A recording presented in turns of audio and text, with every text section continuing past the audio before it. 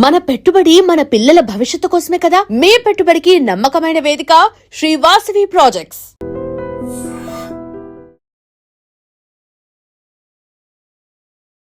Welcome to I dream. నేను ఉదయశ్రీ. మనకి rectal cancer కి సంబంధించి అవగాహన కల్పించడానికి doctor Ajay Varun Reddy, surgical oncologist, Medicover hospital నుంచి మనతో ఉన్నారు. మాట్లాడదాం. నమస్తే సార్, వెల్కమ్ టు స్టూడియో. నమస్తే.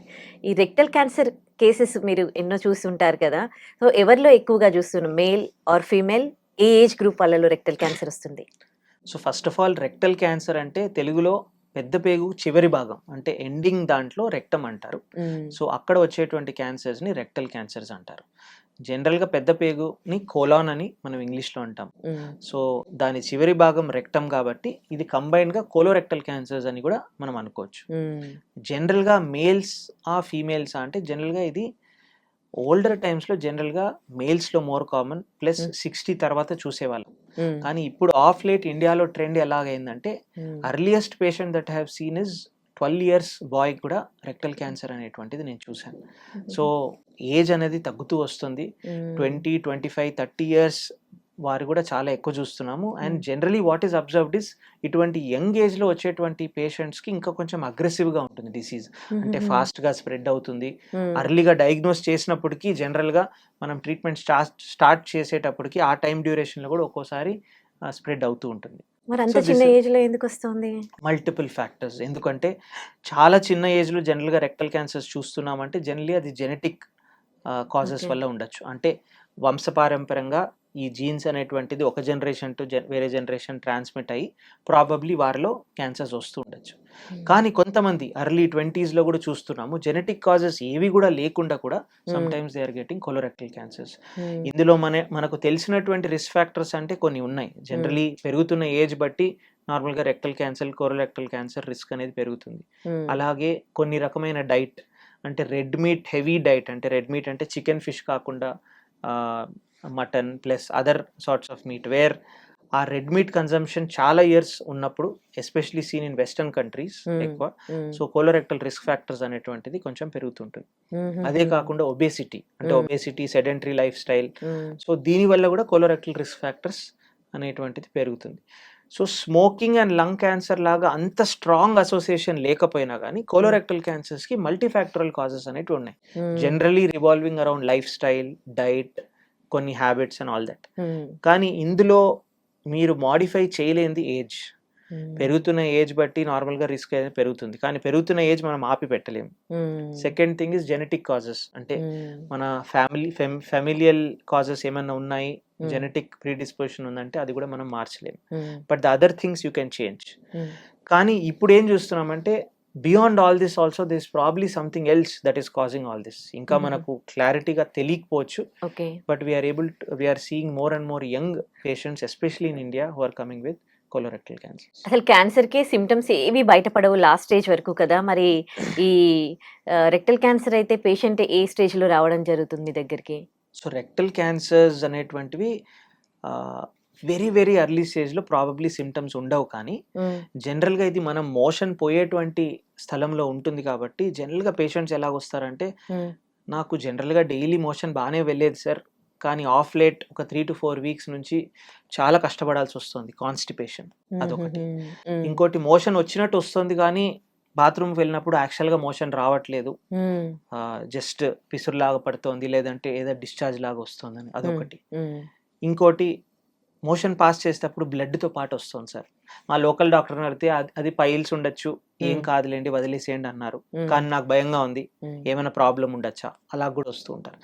జనరల్గా రెక్టల్ క్యాన్సర్స్ అంటే ఇటువంటి సిమ్టమ్స్ ఉంటాయి, కాన్స్టిపేషన్, లేదంటే బ్లడ్ ఇన్ స్టూల్స్, లేదంటే స్టూల్కి వెళ్ళాలనిపిస్తుంది కానీ కాన్స్టెంట్ గా ఏమీ రాకపోవడం. అదే కొంచెం హైయర్ అప్ అంటే రెక్టమ్ కాకుండా కొలాన్ లో ఉండేటువంటి క్యాన్సర్స్ లో జనరల్ గా ఏమనుకుంటారంటే ఏమి సిమ్టమ్స్ లేకపోయినా అనీమియా ఉండొచ్చు, అంటే బ్లడ్ తక్కువ కావచ్చు, అంటే స్లోగా మోషన్ తో బ్లడ్ పడుతూ వారికి తెలియకపోవచ్చు, అది ఫ్రాంక్ బ్లడ్ లాగా పడదు, మోషన్ లో మిక్స్ అయ్యి కొంచెం బ్లడ్ కూడా వచ్చి వారు యూజువల్లీ రియలైజ్ చేసే టైంకి నార్మల్గా అనీమియా అనేటువంటిది వస్తుంది. కొంతమందిలో ఫ్రాంక్గా కొంచెం అడ్వాన్స్ స్టేజెస్లో మొత్తం ఇంటెస్టైన్ బ్లాక్ అయ్యి అబ్డామినల్ బ్లోటింగ్తో రావచ్చు. సో సిమ్టమ్స్ అయితే ఉన్నాయి. అంటే మీరు ఎలా గుర్తించగలుగుతారు? నార్మల్గా మీ నార్మల్ మోషన్లో లేకపోతే డైలీ హ్యాబిట్స్లో ఏదైనా చేంజ్ వచ్చిందా, బయట తిన్నారు 2 or 3 days అన్ఈజీగా ఉందంటే that is okay. 3 to 4 weeks పర్సిస్టెంట్గా ప్రాబ్లం రిజాల్వ్ కావట్లేదు, అది పెరుగుతుందంటే సింపుల్ టెస్ట్ ఉన్నాయి. అంటే కొలనోస్కోపీ అనేటువంటి ఒక చిన్న టెస్ట్తో నార్మల్గా ఏమైనా గ్రోత్ ఉందా లేదా అనేది తెలుస్తుంది. రెక్టల్ క్యాన్సర్స్లో ఇంకా ఈజీ. జనరల్గా డాక్టర్ దగ్గర వచ్చినప్పుడు వీ పుట్టిన ఫింగర్ అండ్ చెక్, కింద వైపు ఏదైనా గడ్డలాగా ఉంటే we immediately send them for further testing. Okay. So A stage వరకు వస్తే పేషెంట్ని మీరు అదంటే బ్రతికించగలరు? సో జనరల్గా అన్ని స్టేజెస్ పేషెంట్స్ని అయితే నార్మల్గా our intention is to increase their life span. So బ్రతికించగలరు అన్నది కరెక్ట్ క్వశ్చన్ కాకపోవచ్చు, కానీ క్యూరేటివ్ స్టేజెస్ అనేటువంటివి స్టేజ్ 1, 2 and 3. సో ఈ స్టేజ్ వస్తే ఖచ్చితంగా ఈ పేషెంట్కి ఈ ట్రీట్మెంట్స్ చేస్తే జనరల్గా క్యూర్ అనేటువంటిది అందించగలుగుతాం. అఫ్ కోర్స్ కొంతమందిలో క్యూర్ చేసిన తర్వాత కూడా కొన్ని ఇయర్స్ తర్వాత వెనక్కి రావచ్చు, but that is a different issue. అదే స్టేజ్ 4లో జనరల్గా స్ప్రెడ్ అయినప్పుడు రెక్టల్ క్యాన్సర్స్లో జనరల్గా కొన్ని క్యాన్సర్స్లో ఏం చేస్తామంటే స్టేజ్ 4లో కూడా అర్లీ స్టేజ్ 4ని క్యూరేటివ్ కింద భావిస్తాము. చాలా అడ్వాన్స్ స్టేజ్ 4లో అగైన్ క్యూర్ పాసిబుల్ కాదు, కానీ కంట్రోల్ చేయొచ్చు అంటాం. ఇప్పుడు స్టేజ్ 1, 2, 3లో జనరల్గా కోలోరెక్టల్ క్యాన్సర్స్లో ట్రీట్మెంట్ ఇలాగుంటుంది. కొలాన్ క్యాన్సర్ అనుకోండి, స్టేజ్ 1 and 2 and 3లో సర్జరీ ఫస్ట్ చేస్తాం, దాని తర్వాత అవసరం పడితే కీమోథెరపీ అనేటువంటిది ఇస్తాం. రెక్టమ్ అంటే అది మన పెద్ద పేగు చివరి భాగంలో ఉంటుంది, సర్జరీ కొంచెం డిఫికల్ట్గా ఉంటుంది కాబట్టి ఫస్ట్ మనం కీమో రేడియేషన్ కాంబినేషన్లో ఇచ్చిన తర్వాత కొన్ని వీక్స్, దాని తర్వాత సర్జరీకి అనేటువంటిది తీసుకుంటాం. జనరల్గా all these patients very early stage 1, 2 ఉన్నప్పుడు కీమోథెరపీ కూడా అవసరం లేదు. తర్వాత కొంచెం అడ్వాన్స్ స్టేజ్లో ఉన్నప్పుడు కీమోథెరపీ అనేటువంటిది సర్జరీ తర్వాత కూడా ఇస్తూ ఉంటాం. అదే స్టేజ్ 4 అనుకోండి, జనరల్గా స్టేజ్ 4లో జనరల్లీ కీమోథెరపీనే ఫస్ట్ ఇస్తూ ఉంటాం. దాని తర్వాత కొన్ని ఎర్లీ స్టేజ్ 4లో కీమోథెరపీ ఇచ్చిన తర్వాత బాగా రెస్పాండ్ అయిన తర్వాత సర్జరీ అనేటువంటిది చేస్తూ ఉంటాం. అడ్వాన్స్ స్టేజ్ 4లో జనరల్గా ఓన్లీ కీమోథెరపీ ఇస్తూ ఉంటాం. ఇవన్నీ అది థెరపీస్ వల్ల వాళ్ళకి హెయిర్ ఫాల్ అవ్వడం, బాగా హెయిర్ అంతా పోతుంది, బాడీ పైన పెద్ద పెద్ద ప్యాచెస్ లాగా అవుతాయి. ఆ తర్వాత వాళ్ళు క్యూర్ అయిపోయాక ఇవన్నీ పోయి మళ్ళీ నార్మల్గా హెయిర్ గ్రోత్ రావడం అవన్నీ జరుగుతుంది సార్? జనరల్గా హెయిర్ ఫాల్ అనేటువంటిది టెంపరీ. డాక్టర్ పరంగా ఆలోచిస్తే hair fall is the least of our concerns. Chemotherapy ఇచ్చినప్పుడు జనరల్గా హెయిర్ పడిపోతుంది, దాని తర్వాత కీమోథెరపీ సైకిల్స్ తర్వాత ఆ ఫాలికల్స్ రీగ్రో కూడా అవుతుంటాయి. But there are other things. Chemotherapy టైంలో మన బ్లడ్ కౌంట్స్ అనేటువంటి పడుతూ ఉంటాయి. Hemoglobin, white blood cell count, platelets అనేటువంటి పడుతూ ఉంటాయి. అలాగనే కొన్ని కీమోథెరపీకి న్యూరోపతీస్ అంటే నర్వ్స్ ని ఎఫెక్ట్ చేయొచ్చు. సో అటువంటి సైడ్ ఎఫెక్ట్స్ కి we want to watch out for. కొన్ని సైడ్ ఎఫెక్ట్స్ పర్మనెంట్ గా ఉండొచ్చు, లేదంటే లాంగ్ లాస్టింగ్ గా ఉండొచ్చు. జనరల్ గా హెయిర్ ఫాల్ అనేది అంత డిబిలిటేటింగ్ అనిపించచ్చు కానీ పేషెంట్ కి, ఎందుకంటే బయటికి వెళ్ళినప్పుడు హెయిర్ ఫాలే కనిపిస్తుంది కాబట్టి. కానీ జనరల్ గా ఇవన్నీ రివర్సిబుల్. అదే కాకుండా there are other things. Usual గా కీమోథెరపీ ఇచ్చినప్పుడు మొత్తం బాడీ పైన యాక్ట్ అవుతుంది కాబట్టి మౌత్ లో అల్సర్స్ రావడం, మోషన్ లో కొంచెం ప్రాబ్లం రావడం, ఇవన్నీ జనరల్ గా కొన్ని సైకిల్స్ తర్వాత సర్దుకుంటాయి. And once they are off the acute side effects, general గా లాంగ్ టర్మ్ లో పర్సిస్టెంట్ సైడ్ ఎఫెక్ట్స్ అనేవి కొన్ని ఉంటాయి. ఇవన్నీ పెయిన్ఫుల్ థెరపీస్ అండి? Generally not. ఇచ్చేటప్పుడు చాలా పెయిన్ ఉంటుంది అన్నది కామన్ థీమ్ అయితే కాదు. ఈవెన్ విత్ సర్జరీ, ఎందుకంటే సర్జరీ టైంలో usually we do it under anaesthesia. Plus ఇప్పుడు రోబోటిక్ సర్జరీ కూడా వచ్చింది. We're regularly offering robotic surgery for rectal cancers. అది ఒక పెద్ద అడ్వాన్స్మెంట్ అనుకోవచ్చు. ఇది వరకు ఓపెన్ సర్జరీ అనేటువంటి పెద్ద కాట్ వేసి చేసేవాళ్ళం, పేషెంట్ రికవరీ కొంచెం స్లోగా ఉండేది. Now with the advent of robotic surgery, చిన్న 5 mm చిన్న రంధ్రాల ద్వారా we're able to complete the entire surgery and beautifully well. అంటే చిన్న నర్వ్స్ కానీ బ్లడ్ వెసల్స్ కానీ అన్ని కూడా ప్రాపర్ గా విజువలైజ్ చేస్తూ patient usually comes out. General గా ఈ సర్జరీస్ తర్వాత కూడా పెయిన్ రిలీఫ్ మెడికేషన్స్ అనేటువంటివి చాలా స్టాండర్డైజ్ అయిపోయాయి ఇప్పుడు. ఎపిడ్యూరల్ లైన్స్ కానీ, లేదంటే పేషెంట్ సెంట్రిక్ పెయిన్ కంట్రోల్ కానీ. సో వాటి వల్ల జనరల్గా పెయిన్ గురించి కంప్లైంట్ చేసే పేషెంట్స్ చాలా తక్కువ. మీరు ఎంత మేజర్ సర్జరీ అయిన తర్వాత కూడా pain relief usually we keep it at a level where they are comfortable. కొన్ని డేస్ తర్వాత ఆటోమేటిక్లీ ఆ పెయిన్ అనేది తగ్గిపోతుంది. కానీ సర్జరీ టైంలో we're looking out for other things. అంటే పోస్ట్ ఆపరేటివ్ ఐలియస్ అనుకోవచ్చు, అంటే ఇంటెస్టైన్ ఫంక్షనింగ్ అనేది కొంచెం స్లో కావచ్చు, పోస్ట్ ఆపరేటివ్ బ్లీడింగ్, ఇటువంటివి we try to see more. General గా పెయిన్ అనేటువంటిది మా అనస్థీసియా టీమ్స్, ఐసీయూ టీమ్స్ అనేటివి చాలా బాగా కంట్రోల్ చేస్తుంటారు. అలాగనే కీమోథెరపీ కూడా జనరల్ గా కీమోథెరపీ వెళ్ళేటప్పుడు పెయిన్ అనేది జనరల్గా ఉండదు, కానీ మోస్ట్లీ పేషెంట్స్ ఎటువంటివి కంప్లైంట్ చేస్తారంటే ప్రతిసారి మాకు గుచ్చాల్సి వస్తుంది, they are able to veins దొరకట్లేదు, లాస్ట్ టైం ఈ సైడ్ కీమోథెరపీ ఇచ్చారు, ఈ సైడ్ ఇవ్వాల్సి వస్తుంది, ఎందుకంటే these are weekly or 3 weekly treatments. అటువంటి వాటికి కూడా we have better systems now. ఇప్పుడు కీమోపోర్ట్స్ అనేటువంటివి ఎక్కువ పెడుతున్నాం. కీమోపోర్ట్స్ అంటే మన బాడీలో ఉండేటువంటి పెద్ద బ్లడ్ వెసల్కి ఒక చిన్న చేంబర్ అటాచ్ చేస్తాము. సో ప్రతిసారి హ్యాండ్లో బ్లడ్ సర్క్యులేషన్ కోసం వెతుకుతూ ఐవి లైన్ వేయని అవసరం లేదు. అలాగే రేడియేషన్ కూడా చాలా మంది ఏమనుకుంటారంటే కరెంట్ అనుకుంటారు, అంటే కరెంట్ ఎక్కించినట్లు పెయిన్ ఉంటుందేమో బాడీ అని. It is not, it is an old term. జనరల్గా రేడియేషన్ అంటే ఎక్స్రే లాంటిదే, కానీ ఓన్లీ ఇన్కన్వీనియన్సెస్ మీరు డైలీ వచ్చి వెళ్తూ తీసుకోవాలి. It is generally for 3 weeks to 6 weeks. So they are not painful treatments in that sort. కానీ major pain is actually the finances. Still ఇప్పుడు ఇన్సూరెన్స్ కవరేజ్ అనేది 100% లేదు. These are treatments that have to be done based on a protocol. అంటే ఈ ఒక breast క్యాన్సర్కి మనం surgery చేసిన తర్వాత, రేడియేషన్ ఇచ్చిన తర్వాత కీమోథెరపీ ఇవ్వాలంటే ఇవన్నీ చేస్తేనే క్యూర్ అవుతుంది. సర్జరీ ఒక్కటి చేయించుకుంటాం, లేదంటే ఓన్లీ కీమోథెరపీ చేయించుకుంటాం అంటే this is not complete cure. And mostly why patients burden is because of the cost. జనరల్గా మల్టిపుల్ ట్రీట్మెంట్స్ ఉంటాయి. Some of these treatments are costly. Some of these treatment cost ఒక్కోసారి hospital చేతిలో కూడా లేదు, because the drugs that come are usually imported sometimes. ఆ companies usually set the rates. So because of lot of factors usually sometimes patients don't get the best of care. Okay. So ఇంతకుముందు అది cancer వచ్చింది అని అంటే ఇంకా life span వాళ్ళ తక్కువే ఉంటుంది, 4-5 years వరకు మాత్రం సర్వైవ్ అవుతారు అని కొంతమంది, అంటే నేను ఫ్యూ ఇయర్స్ బ్యాక్ ఇంటర్వ్యూ చేసినప్పుడు కొంతమంది డాక్టర్స్ చెప్పారనమాట. మరి ఇప్పుడు ఎట్లాంటి పరిస్థితులు ఉన్నాయి? లేదు, అలాగైతే కాదు. జనరల్గా మోస్ట్ క్యాన్సర్స్కి ఇప్పుడు వీ హ్యావ్ ఎ ప్రోటోకలైజ్డ్ ట్రీట్మెంట్. అంటే రెక్టల్ క్యాన్సర్ స్టేజ్ 2లో వస్తే ఏం చేస్తే బెస్ట్ అవుట్కమ్స్ ఉంటాయని most cancer centres usually follow it.